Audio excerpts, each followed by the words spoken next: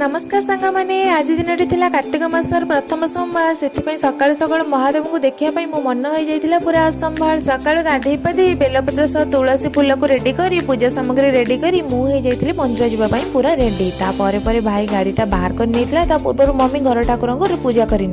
सखीर भावना आउ कि से भाविला मो घर कड़े पड़ोची से पूरा अस्तव्यस्त मंदिर में पहुँचु पहुँचु मुझे देखी नवीन बाबू को तापर जोता चपल को बाहर रखी प्रथम जाइए वृषभ को दर्शन करने बेलपत्र फूल अर्पण कलापर गेला कर मोर मनर कथा जनईली भाई आ मो पार्श्व देवदेव को प्रथम परिदर्शन कर दर्शन करी मुझे सीधा जाइए मंदिर भीतर महादेव को मनर कथा जन